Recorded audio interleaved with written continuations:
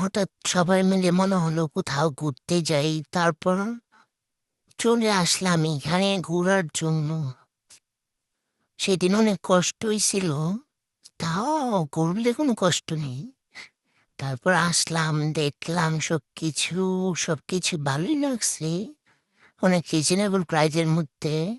তারপর খাবার দেখলাম, তারপর আগে গিয়ে খাইলাম, তারপর অন্য কিছু। খাওয়া ছাড়া পৃথিবীর মধ্যে কিছুই নেই। সেই তো আগে খাওয়া, তারপর অন্য পৃথিবী সবকিছু। তারপর ঘুরে ঘুরে দেখলাম কেমন চারপাশ।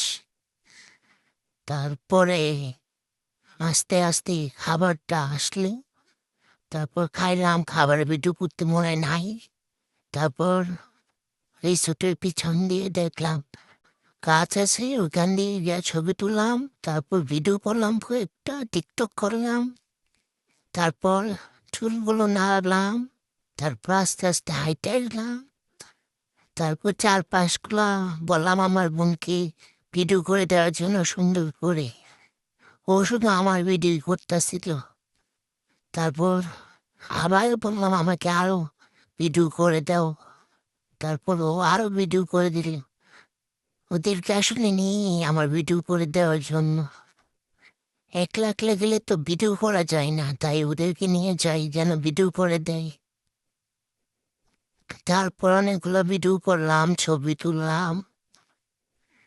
তারপর রিসোর্টটা ঘুরলাম আস্তে আস্তে।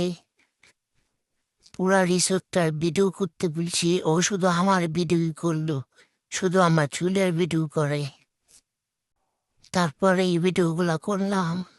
সুইমিং পুলে আর ওই দিন নামি নাই, শুধু খাওয়ার জন্য বসছি আমি।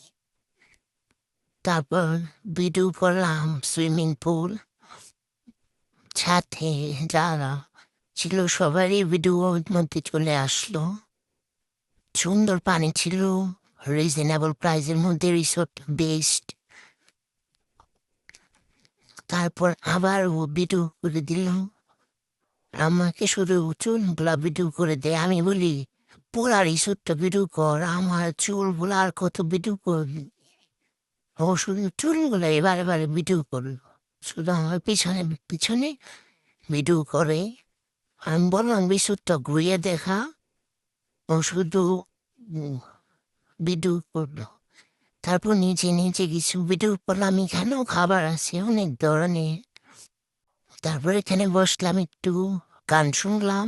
এখানে গান বাজতেছিল, তাই একটু নিয়মলি বসলাম, ভিডিও করলাম। তারপর বাসে ফিরে আসলাম।